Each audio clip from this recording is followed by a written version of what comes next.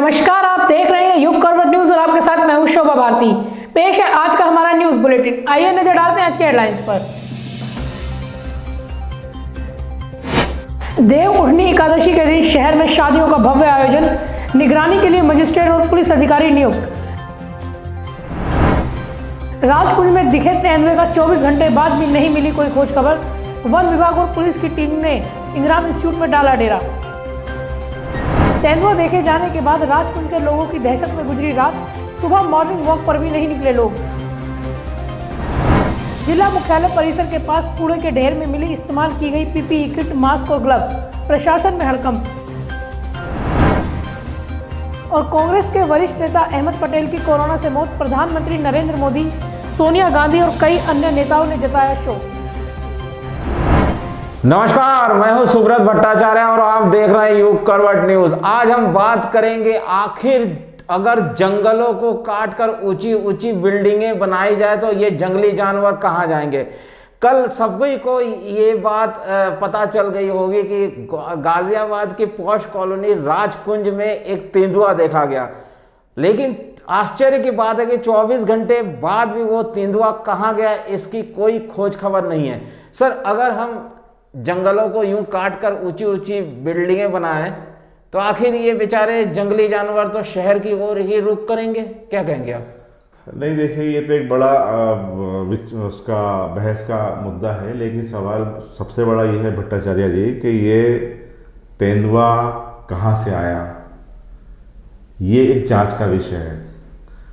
क्या इसे कोई लाया, कोई छोड़ के गया, या शहर में कहीं ना कहीं तेंदुए पल रहे हैं? ये हो सकता है सर। बड़े बड़े शहर में बड़े बड़े लोग रहते हैं और वो तमाम उनके पास बहुत सी आसाइश भी होती हैं, तो हो सकता है ये किसी के घर में पल रहा हो, वहाँ से निकल गया हो। ये मेरा मतलब लोगों में चर्चा का विषय है।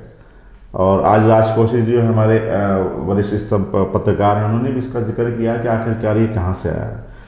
लेकिन सवाल ये नहीं है कि कहाँ से आया और कैसे आया और कहाँ चला गया। सवाल ये कि हमारे पास ऐसी जब कोई प्रॉब्लम आएगी उससे निपटने की व्यवस्था क्या है।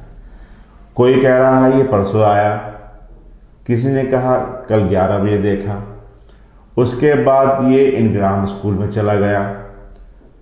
आप भी मौके पे गए थे, आपने इसकी बहुत अच्छी मौके से इसकी कवरेज करी है। आप थे, शोभा भारती हमारी, और विपिन चौधरी और सेठी फोटोग्राफर और वरुण, तमाम लोग ये जब गए और आपने बहुत डीपली जाके इसको अंदर गहराई तक जाके आपने इंग्राम के जंगलों में भी देखा।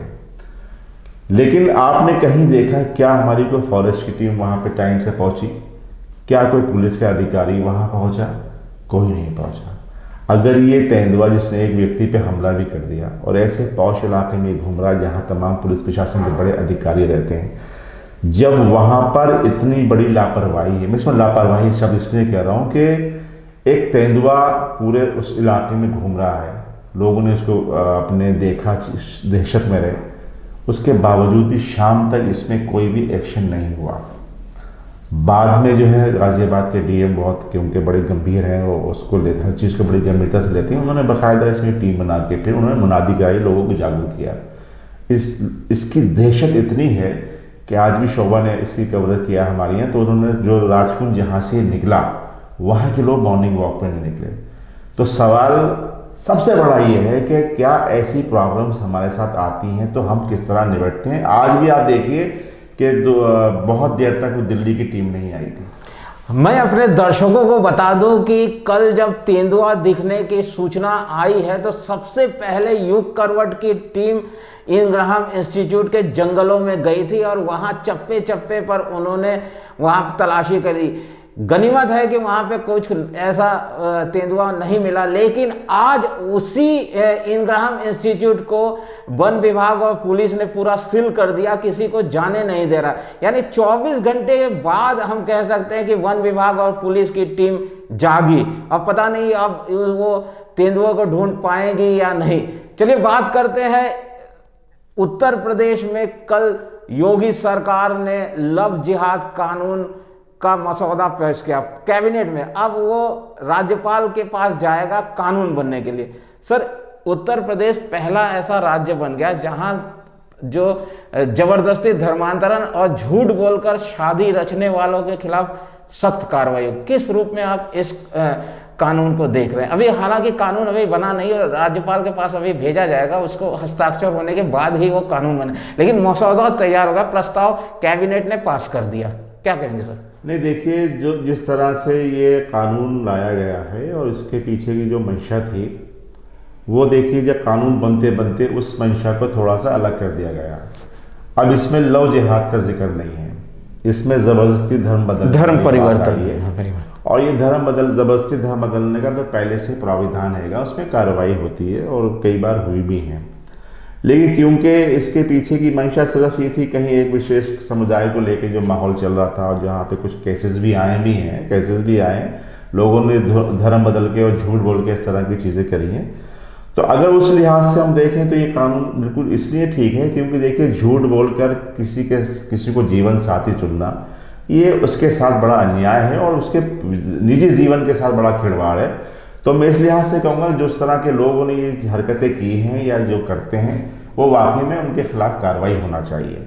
लेकिन अगर इसके पीछे मंशा सिर्फ ये हो कि हम किसी विशेष समुदाय को निशाना बनाना चाहते हैं, तो ये नहीं है। लेकिन मुझे जहाँ तक लगा है, और मैंने इसके 15 पॉइंट हैं, उसमें देखा गया है, तो उसमें किसी जाति विशेष के बारे में इसमें कुछ नहीं है। और जिस तरह इसको पॉलिटिकल देने की कोशिश की जा रही थी राजस्थान सरकार ने, जैसे कहा, क्योंकि देखिए कानूनन तौर पे देखिए हाई कोर्ट ने कल एक बहुत बड़ा इसमें डिसीजन बनाया। उन्होंने कहा, उसने इलाहाबाद हाई कोर्ट ने कहा कि किसी को भी जो बालिग हैं, चाहे वो किसी भी धर्म जाति का हो, उसको अपना जीवन साथी चुनने का अधिकार है।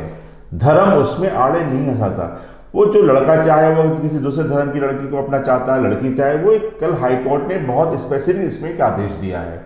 तो मैं समझता हूं कि अगर जो लोग वाकई में झूठ बोलकर किसी को जीवन साथी बनाते हैं या झूठ बोलकर धर्म बदलकर अगर किसी को बेवकूफ़ बनाते हैं, तो ये उसके लिए कानून है, इसका स्वागत होना चाहिए। जी हाँ, शादी में अगर बालिग है तो इसमें सरकार की दखलंदाजी नहीं चल सकती। अगर वो बालिग है तो वो अपने मनपसंद का जीवन साथी चुन सकता है। यह हाईकोर्ट ने परसों जो है एक आदेश पारित किया, फैसला दिया।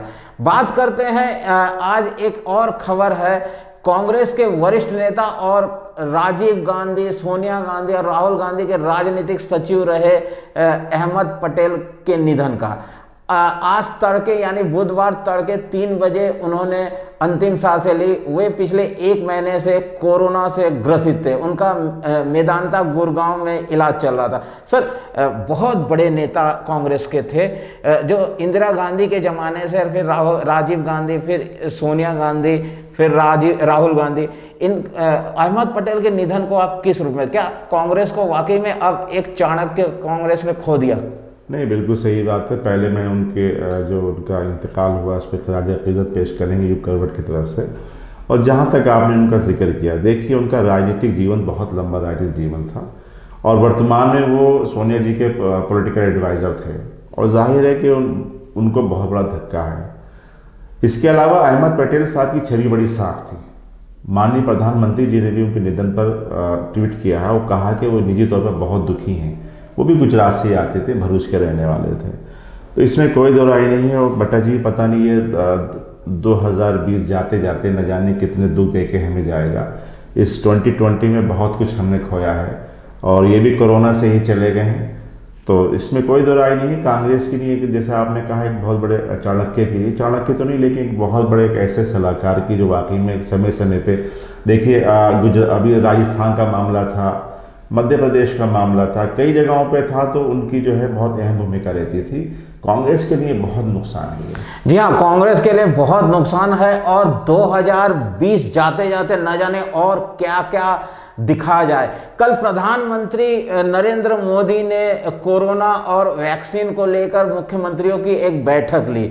इस बैठक में हालांकि उन्होंने साफ कहा कि कोरोना वैक्सीन तो सबको मिलेगी, लेकिन कब मिलेगी अभी तक ये तय नहीं है, वैज्ञानिक ही बता सकते। कल जो सर आपने प्रधानमंत्री की बातें देखी है, क्या लगता है कि उसके बाद कुछ जो वैक्सीन है वो आने वाले कुछ महीनों में मिल सकती है? देखिए, सभी भी कयास लगा रहे हैं, सब कोशिशें कर रहे हैं, लेकिन भारत सबसे बड़ा ऐसा देश है हमारा जहाँ पे इसमें काफ़ी हद तक हमने सफलता प्राप्त की है। अभी और देशों में तो इस पर सब कुछ चल रहा है, लेकिन जहाँ तक हमें जानकारियाँ मिल रही हैं कि 80% इस पर काम हो चुका है। और जैसे माननीय प्रधानमंत्री ने कहा कि हम इसको पूरी तरीके से जल्दी इसको लाने की कोशिश करेंगे, तो मुझे लगता है इस प्रधानमंत्री जो कहते हैं वो करते हैं और हमें उनकी बात पे यकीन करना चाहिए। जी हाँ, प्रधानमंत्री जो कहते हैं वो करते हैं, लेकिन प्रधानमंत्री ने एक बात और कही कि जब तक वैक्सीन नहीं आ जाती तब तक कोई ढिलाई नहीं।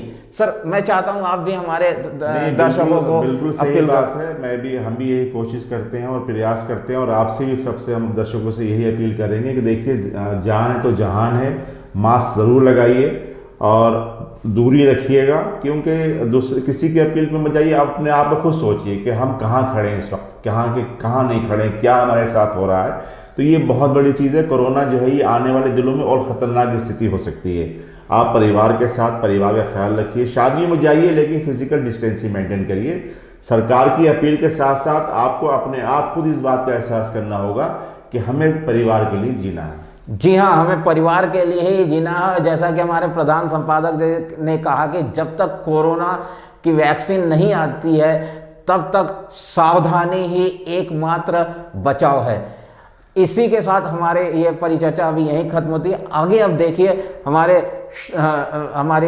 शोभा भारती के साथ युग करवट न्यूज। हाँ, नमस्कार। देखिए जाइए नहीं अभी आप युग करवट न्यूज जरूर देखिए। जरूर देखिए। शोभा आपको आज की खबरें सुनाएंगी, और हमारा आपसे फिर एक बार ये अनुरोध है कि आप युग करवट लगातार आपका प्यार मिलता रहता है, आप इस चैनल को सब्सक्राइब कीजिए और अपनी कोई भी परेशानी कोई भी समस्या हो तो हमें भी उसको सेंड करिए। धन्यवाद। जी हाँ, कैमरामैन वरुण और ऋतुराज के साथ सुब्रत भट्टाचार्य फिलहाल अभी तक के लिए। आगे देखिए शोभा भारती के साथ युग करवट न्यूज।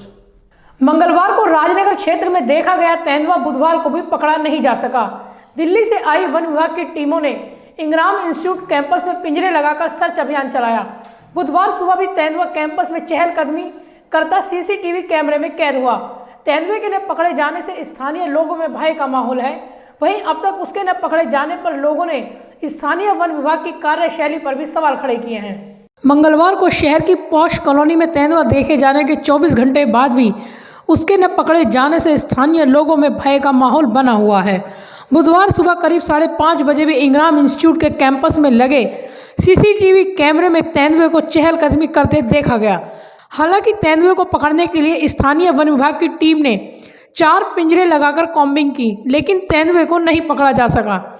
इस मामले में स्थानीय वन विभाग के दावों की भी पोल खुलकर सामने आई। तेंदुआ दिखने के 24 घंटे बाद ही दिल्ली की टीमें गाजियाबाद पहुंच पाई। सूत्रों की माने तो स्थानीय वन विभाग के गिनती के ही कर्मचारियों को कैंपस में तैनात किया गया था, लेकिन वह भी तेंदुए को पकड़ने के लिए प्रशिक्षित नहीं थे। न ही पर्याप्त संसाधन वन विभाग के पास मौजूद हैं। तेंदुए को बेहोश करने वाली ट्रैंक्विलाइजर गन तक गाजियाबाद में उपलब्ध नहीं है। अधिकारी भी इस मामले में बोलने को तैयार नहीं है। यहां तक कि मीडिया की एंट्री भी बुधवार को बंद कर दी गई। कैंपस के अंदर भी लोगों को नहीं जाने दिया जा रहा था। बुधवार को दोपहर बाद दिल्ली से आई टीम के करीब 25 सदस्यों ने इंग्राम इंस्टीट्यूट के कैंपस में सर्च अभियान चलाया। लगातार कॉम्बिंग के बाद भी तेंदुआ पकड़ से बाहर है। वहीं कैंपस में रह रहे परिवारों को भी घरों से बाहर निकलने से मना कर दिया गया है। मंगलवार देर रात को पुलिस ने भी अनाउंसमेंट के जरिए लोगों को तेंदुआ होने की जानकारी देते हुए घरों से बाहर न निकलने के लिए जागरूक किया और सतर्क रहने को कहा था। कैंपस में जहां एक और तेंदुआ होने से राजनगर क्षेत्र में दहशत का माहौल है, वहीं इंग्राम इंटर कॉलेज में छात्रों को बुलाया गया, जबकि कन्या डिग्री कॉलेज सहित अन्य कैंपस में स्टाफ तो बुलाया गया, लेकिन छात्रों को आने के लिए मना कर दिया गया। इसके बाद भी इंटर कॉलेज में बच्चों को फीस जमा कराने से लेकर अन्य कामों के लिए बुलाया गया। स्कूल प्रशासन ने तेंदुए के डर को दरकिनार करते हुए छात्रों को स्कूलों में बुलवाया। हालांकि गनीमत यह रही कि इस दौरान तेंदुआ बाहर नहीं निकला। 2 दिन बीत जाने के बाद भी तेंदुए के बारे में पता न चलने से लोगों में भय बना हुआ है। ब्यूरो रिपोर्ट, युग करवट न्यूज। राजनगर की पॉश कॉलोनी राजकुंज में तेंदुआ देखे जाने के बाद से ही स्थानीय लोगों में दहशत का माहौल है। आलम यह है कि लोग मंगलवार की बीती रात को सो भी नहीं पाए। अधिकतर लोगों ने पूरी रात जाग कर गुजारी। दहशत का माहौल इस कदर कॉलोनी में दिखाई दिया कि हर वक्त चहल पहल रहने वाले क्षेत्र में सुबह के समय भी सन्नाटा पसरा दिखाई दिया। लोग मॉर्निंग वॉक के लिए भी घरों से बाहर नहीं निकले। राजनगर की पॉश कॉलोनी राजकुंज में मंगलवार की सुबह देखे गए तेंदुए के बाद से कॉलोनी वासियों में दहशत का माहौल है। मंगलवार की रात राजकुंज वासियों ने दहशत और डर के साए में गुजारी। यहाँ तक कि जरा सा खटका भी होता था तो लोग डर के उठ जाते थे। पर बहुत ज़्यादा खौफ रहा। कुछ हल्की सी भी कहीं आवाज़ आती थी, लगता था जैसे छत में आ गया या बाहर आ गया। 2 बजे रात में आँख खुल गई, इसके बाद नींद ही नहीं आई डर की वजह से। तो क्या आप लोग रोज की तरह अपने सामान्य अपने काम के घरों से बाहर निकले, मॉर्निंग वॉक नहीं।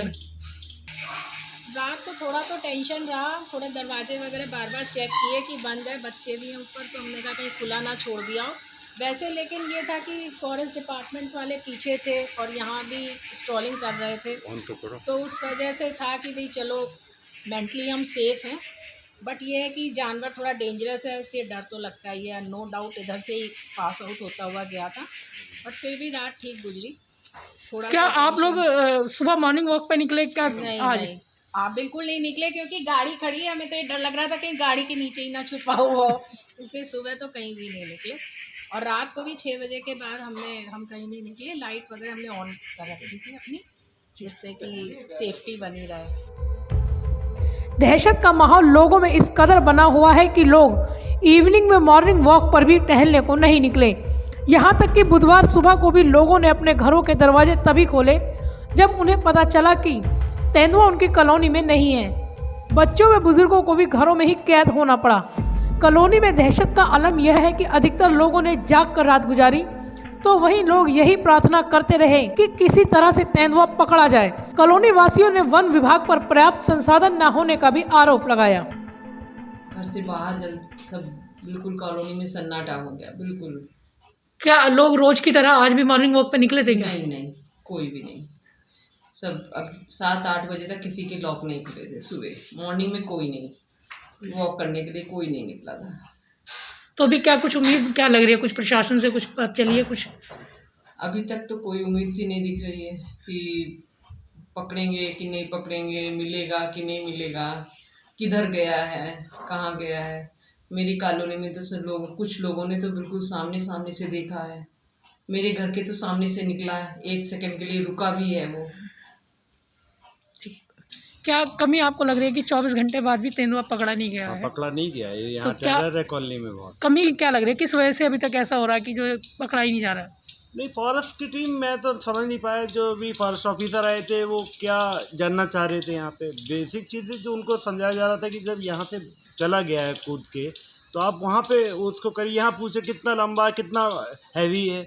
अब ये हम लोग थोड़ी बता सकते हैं कितना हैवी है। मतलब अजीब सी बात की उन लोगों ने, लेकिन फिर भी वो लोग ट्राई करते रहे। रात में भी आई थी उनकी। तेंदुए की दहशत लोगों में इस कदर हावी थी कि लोग घरों में ही कैद होकर रह गए।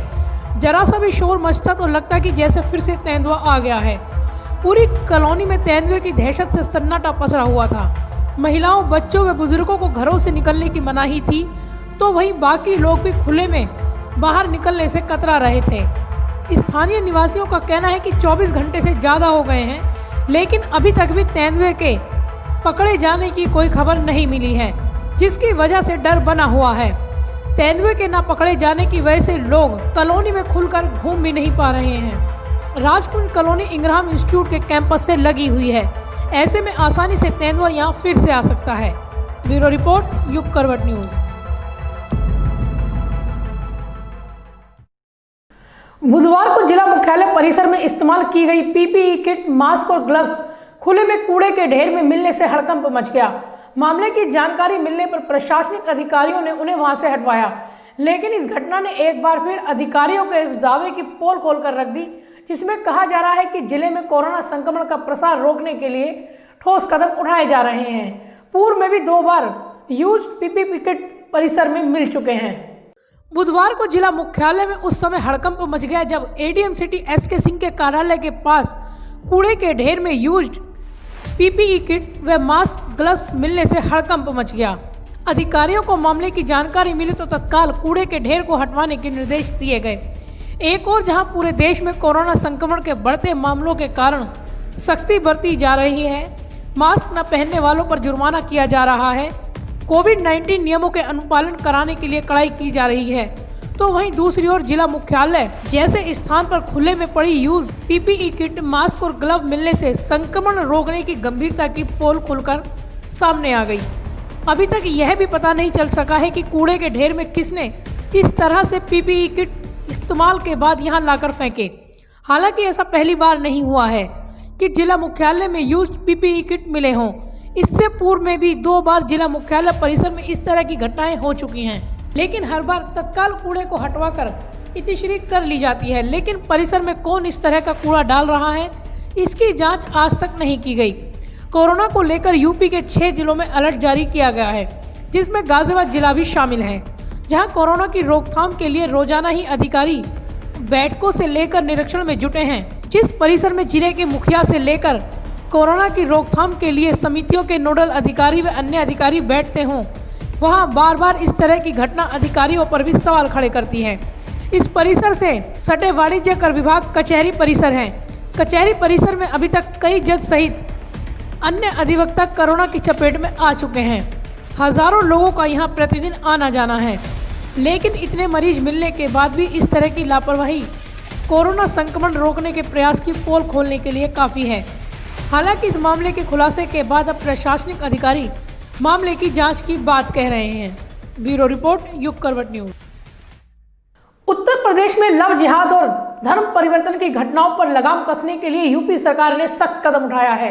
इस कानून के लागू होने के बाद छल कपट व जबरन धर्म परिवर्तन के मामलों में 1 से 10 वर्ष तक की सजा हो सकती है। खासकर किसी नाबालिग लड़की या अनुसूचित जाति जनजाति की महिला का छल से या जबरन धर्म परिवर्तन कराने के मामले में दोषी को 3 से 10 वर्ष तक की सजा भुगतनी होगी।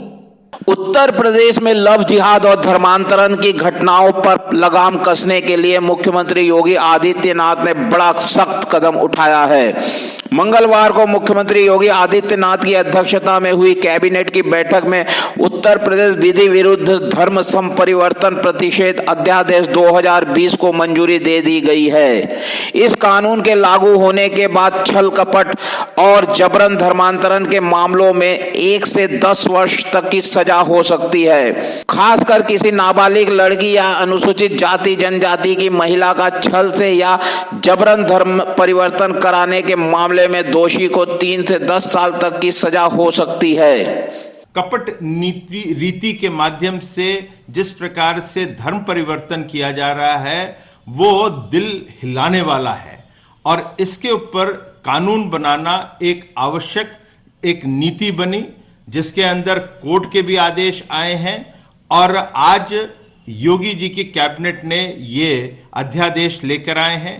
इस अध्यादेश के अंदर दंड के अनेक प्राविधान हैं और इसमें विशेष रूप से 1 वर्ष से अधिकतम 5 वर्ष तक की, जो कि 15,000 का जुर्माना भी है इसमें, और कहीं अवयस्क महिला, उसके साथ साथ अनुसूचित जाति अनुसूचित जनजाति की महिला है, उसके अंदर किसी भी जो अभी दायरा आपको बताया छल कपट जिसके अंदर परिवर्तन बलपूर्वक करवाया गया है, इसके अंदर कहीं किया जाता है तो इन महिलाओं के साथ किया जाता है तो उसमें दंड जो है वो 3 वर्ष से लेके 10 वर्ष तक की है और जुर्माना 25,000 रुपए है। जबरन धर्मांतरण को लेकर तैयार किए गए मसौदे में इन मामलों में 2 से 7 साल तक की सजा का प्रावधान किया गया है, जिसे सरकार ने और कठोर करने का निर्णय किया है। इसके अलावा सामूहिक धर्मांतरण के मामले में 3 से 10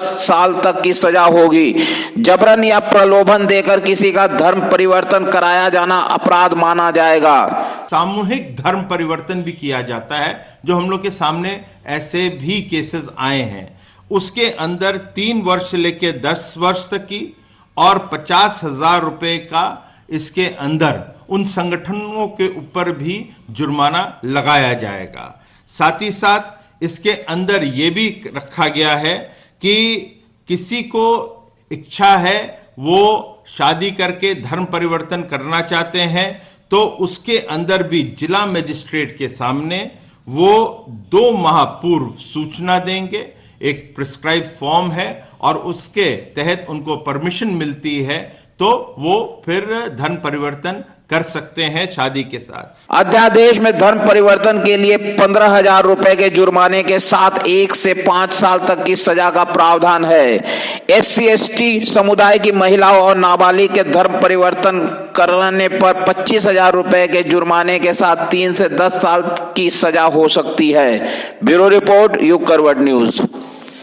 कोरोना ने एक और कांग्रेस नेता की जान ले ली है। राजीव गांधी से लेकर राहुल गांधी तक के राजनीतिक सचिव रहे अहमद पटेल का निधन हो गया। वे कोरोना से संक्रमित थे और पिछले 1 माह से अस्पताल में इलाज चल रहा था। बुधवार तड़के 3 बजे उन्होंने अंतिम सांस ली। प्रधानमंत्री, गृह मंत्री, कांग्रेस के अंतरिम अध्यक्ष सोनिया गांधी और पूर्व अध्यक्ष राहुल गांधी ने अहमद पटेल के निधन पर शोक जताया है। कोरोना वायरस ने बीते 48 घंटे में कांग्रेस के 2 बड़े नेताओं को छीन लिया। असम के पूर्व मुख्यमंत्री तरुण गोगोई के बाद अब अहमद पटेल की भी कोरोना से मौत हो गई। कांग्रेस के दिग्गज नेता अहमद पटेल का बुधवार तड़के सुबह 3 बजे निधन हो गया। अहमद पटेल कुछ समय पहले कोरोना वायरस से संक्रमित हो गए थे। उनका पिछले 1 महीने से गुड़गांव के मेदांता अस्पताल में इलाज चल रहा था। कांग्रेस पार्टी को अहमद पटेल के निधन से बड़ा झटका लगा है, क्योंकि अहमद पटेल कांग्रेस पार्टी के चाणक्य माने जाते थे। 21 अगस्त 1949 को गुजरात के भरूच में जन्मे अहमद पटेल 8 बार सांसद रहे। अहमद पटेल ने 3 बार लोकसभा सांसद के तौर पर भरूच का प्रतिनिधित्व किया और 5 बार राज्यसभा सांसद के तौर पर। गांधी परिवार के सबसे वफादार माने जाने वाले अहमद पटेल कांग्रेस में काफी ताकतवर नेता थे। ऐसा कहा जाता है कि जब पार्टी सत्ता में थी तब उन्हें कई बार मंत्री बनने का प्रस्ताव मिला, मगर उन्होंने बार बार ठुकरा दिया। कांग्रेस पार्टी के चाणक्य माने जाने वाले अहमद पटेल सोनिया गांधी के विश्वास पात्र थे और उनके संकट मोचक भी। अहमद पटेल साल 2001 से 2017 तक कांग्रेस अध्यक्ष सोनिया गांधी के राजनीतिक सचिव रहे थे। वैसे 1996 से लेकर 2000 तक अहमद पटेल कांग्रेस के कोषाध्यक्ष पद पर थे। प्रधानमंत्री नरेंद्र मोदी, कांग्रेस पार्टी की अंतरिम अध्यक्ष सोनिया गांधी, गृह मंत्री अमित शाह, राहुल गांधी समेत तमाम राजनीतिक दलों के नेताओं ने अहमद पटेल के निधन पर शोक व्यक्त किया। दिल्ली स्थित अहमद पटेल के आवास 23 मदर टेरेसा क्रिसेंट रोड पर फिलहाल उनका पार्थिव शरीर रखा गया है, जिसे गुजरात के भरूच स्थित उनके पैतृक गांव ले जाया जाएगा। वहीं पे उन्हें सुपुर्दे खाक किया जाएगा। ब्यूरो रिपोर्ट, युग करवट न्यूज। उत्तर प्रदेश सरकार ने प्रदेश में 6 महीने के लिए सरकारी कर्मचारियों द्वारा की जाने वाली हड़ताल पर रोक लगा दी है। यानी अगले 6 महीने सरकारी कर्मचारी कोई हड़ताल नहीं कर सकेंगे। ऐसा करने वालों के खिलाफ एस्मा लागू किया जाएगा। प्रदेश सरकार ने इस संबंध में सभी जिले के अधिकारियों को निर्देश जारी किए हैं। कोरोना संक्रमण को रोकने के लिए युद्ध स्तर पर प्रयास किए जा रहे हैं। ऐसे में कर्मचारियों के प्रदर्शन या हड़ताल पर जाने से इन प्रयासों पर प्रभाव पड़ सकता है। बुधवार को देव उठनी एकादशी के दिन शहर में आयोजित हो रहे बड़े पैमाने पर शादी समारोह की निगरानी के लिए हर क्षेत्र में मजिस्ट्रेट व क्षेत्रीय पुलिस अधिकारियों को तैनात किया गया है। वहीं शादी के आयोजकों को भी पूर्व में ही चेतावनी दी गई थी कि अगर शादी के दौरान कोरोना नियमों का उल्लंघन किया तो जुर्माने के साथ उनके खिलाफ FIR दर्ज कराई जाएगी। कोरोना के बढ़ते प्रसार को देखते हुए शादी समारोह में 100 लोगों के शामिल होने और कोरोना प्रोटोकॉल का अनुपालन कराने की गाइडलाइन प्रदेश सरकार ने जारी की थी। बुधवार को देव उठनी एकादशी के दिन शहर में आयोजित हो रहे बड़े पैमाने पर शादी समारोह की निगरानी के लिए मजिस्ट्रेट तैनात किए गए। हर थाना क्षेत्र में अधिकारियों को शादी समारोह पर निगरानी रखने की जिम्मेदारी दी गई थी, ताकि शादी समारोह में कोरोना प्रोटोकॉल का उल्लंघन ना हो सके। बुधवार को शहर में बड़ी संख्या में शादी के आयोजन हुए, जिनमें कोरोना प्रोटोकॉल का अनुपालन कराना गाजियाबाद जिला प्रशासन के लिए बड़ी चुनौती बना। शादी के लिए जारी गाइडलाइन का अनुपालन कराने के लिए गाजियाबाद DM अजय शंकर पांडे ने 6 मजिस्ट्रेट व थाना चौकी व प्रभारियों को जिम्मेदारी सौंपी। स्पष्ट दिशा निर्देश दिए गए थे कि अगर किसी ने समारोह के दौरान नियमों को तोड़ा तो बैंकेट हॉल व आयोजकों के खिलाफ जुर्माने के साथ FIR भी दर्ज कराई जाए। नई गाइडलाइन के अनुसार शादी समारोह में अब महज 100 लोगों के ही उपस्थित रहने की मंजूरी दी गई है, जबकि पहले यह मंजूरी 200 लोगों की थी। ऐसे में जिले के प्रशासनिक अधिकारियों को समारोह में कोरोना गाइडलाइन का अनुपालन कराए जाने की भी जिम्मेदारी दी गई थी। देवउठनी एकादशी पर अद्भुत साया होता है। ऐसे में बड़े पैमाने पर इस दिन शहर में शादियां हुई, लेकिन नई गाइडलाइन ने बैंकेट हॉल व आयोजकों के लिए मुश्किलें बढ़ा दी थी। समारोह में आने वाले लोगों को मास्क लगाना व सैनिटाइजर का इस्तेमाल करना अनिवार्य रखा गया। यहाँ तक कि खाने पीने की टेबल भी दूर लगवाई गई। शादी समारोह में नजर रखने के लिए सिटी मजिस्ट्रेट विपिन कुमार को कविनगर सिहानी गेट, कोतवाली विजयनगर, एसडीएम सदर डीपी सिंह को मसूरी, डासना, मुरादनगर, एसीएम प्रथम शुभांगी शुक्ला को साहिबाबाद, टीला मोड़, link road, ACM second Vinay Singh को इंदिरापुरम, कौशाम्बी, खोड़ा, एसडीएम मोदीनगर को निवाड़ी, मोदीनगर, भोजपुर व मुरादनगर आंशिक, एसडीएम लोनी खालिद अंजुम को लोनी बॉर्डर, ट्रोनिका सिटी क्षेत्र की जिम्मेदारी दी गई। कोरोना संक्रमण के बढ़ते प्रसार के कारण शादी समारोह में शामिल होने वाले लोगों की संख्या सीमित की गई है। ब्यूरो रिपोर्ट, युग करवट न्यूज। तो आज के लिए फिलहाल बस इतना ही। गाजियाबाद और आसपास की खबरों के लिए देखते रहिए युग करवट न्यूज और विस्तार से खबरों को जानने के लिए पढ़िए युग करवट न्यूज़पेपर। सब्सक्राइब कीजिए युग करवट। नमस्कार।